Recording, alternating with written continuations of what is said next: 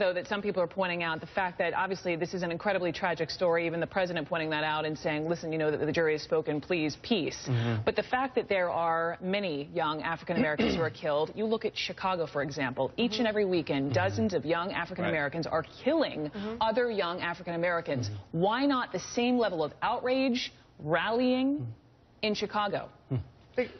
Well, I have a perspective on the emotion that I see playing out in America. I think there needs to be more education around the justice system. I mean, it is a very complicated system, and what I found over the last year following this trial is that our justice system is really not all about the truth, the whole truth, and nothing but the truth.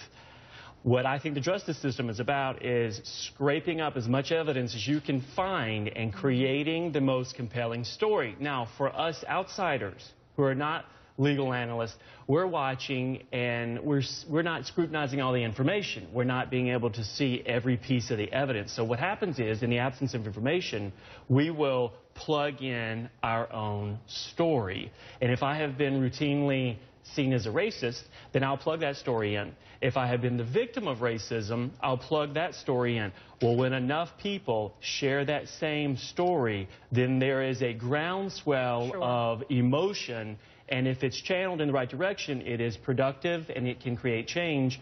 And if it's unleashed, it can create chaos. That is the trajectory. The reason your question about Chicago, yes. the reason why Chicago doesn't, why don't we care about black boys killing each other or killing people in the street? We do care about it. There are numerous organizations, of course, civil rights organizations across this country working on this problem in Chicago. The president addressed this problem in Chicago. It's not that we don't care about it. There's a mother, seem to be the same. Because the media doesn't pick up on it the same way. Is it? I hear you, and I hear you. I hear you. As a member of the media, people are saying it's the media, but other people are saying, what about the Reverend Jesse Jacksons and the Al Sharptons? They're, potentially heading, and are really playing a prominent role as a leader in the African American community when it comes to what happened in Sanford. But then you have tweets from folks like Brit Hume of Fox News. The continued prominence of Al Sharpton is one of the wonders of the world, simply amazing. Ben Ferguson, conservative radio host. Jesse Jackson is a pathetic race baiter. He's calling for calmness while screaming about a race war and real justice being served. Sick man. See, this is what we do, though. We attack the person, right, instead of the problem. And this is what we always do. Let's attack the problem. Attack the problem. Stop attacking the person. So this isn't about Jesse Jackson. This isn't about Al Sharpton. This really isn't even about the countless kids that are killed in Chicago. This is about the mothers that are out on the street every day trying to bring attention to their child. There were 1,000 Sabrina Fultons. There were 1,000 Tracy Martins. But we don't pay attention to black life the same way we do to white life. This story is all sensational because it was a white Hispanic man. And let's really... Hispanic? Yes. Let's make that distinction. Because we want to brush over that so quickly, that he's Hispanic, so it's two minorities. He's a white Hispanic man that we have all identified at first as white. We don't see George Zimmerman the first thing in our mind. Whose fault is that? Whose fault is that? That's America's racist fault. That's America's racist fault, because everything is about the lines of racism in America. And if we don't ever start to have the real conversation... David Webb. David Webb is shaking his head. I'm sure. Hi, David. David Webb, jump in. David is joining the conversation. Please. He is now taking a seat in New York. Take a deep breath. David Webb, whoa, go ahead. I don't know where to start. First of all, no one's actually answered your question about why there is no outrage over what's going on in Chicago. Over 77 dead, 24 wounded in the last few days since Wednesday, 5 killed in the last few days. Yes, I did. What? Nobody's answering that question. To answer your question about the white Hispanic, or your point about that, the same dynamic which produced George Zimmerman produced President Obama, but he's considered black. The white Hispanic was something that was a media construct that was created to paint Zimmerman, because of his name Zimmerman, as white. If his name was Rodriguez, we'd have a different picture. And as we now see his family, his members, his community, we look at the town of Sanford for what it is: 48% white, 29% black, mixed race Hispanic about 11%, and so on. The dynamic falls under the facts. The fact is, this was a tragedy. I think we can all agree with that. That should never have happened. But what has happened since then has been a travesty of trying to come to a predetermined outcome based on before the two actually interacted with each other.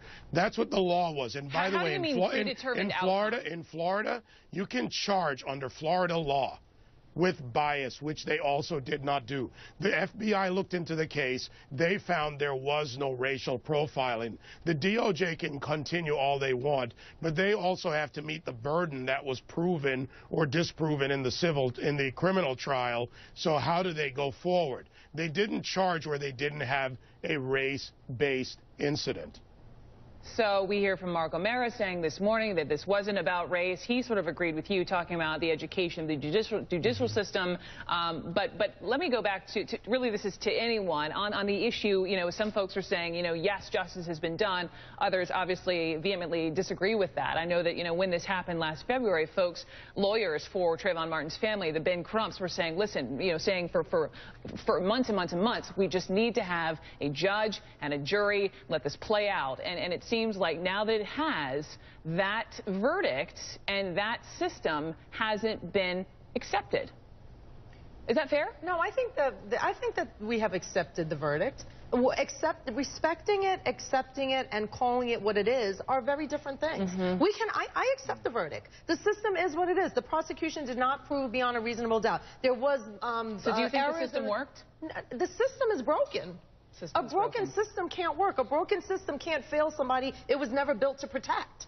So it's a broken system. The system wasn't built to protect black people or white people. No, yes, it was. No, yes, Are you it is. kidding? The system was built. Mo, you're putting forward the principle that it's to protect the majority one and not the of society. It was not, that is why we are now going back and altering the drug laws and all that. Wake up and deal with the reality of what is going on. We are dealing with our criminal justice system in our states every day and altering laws to make them more just and equal. There's an overwhelming amount of black men in prison. There is an education to prison pipeline that is profitable in this nation, that is run by corporate entities that are making money on putting black boys in jail. Speech, Mo, and I know how you mix the things right there. David, respond in 20 seconds. We've got to move on.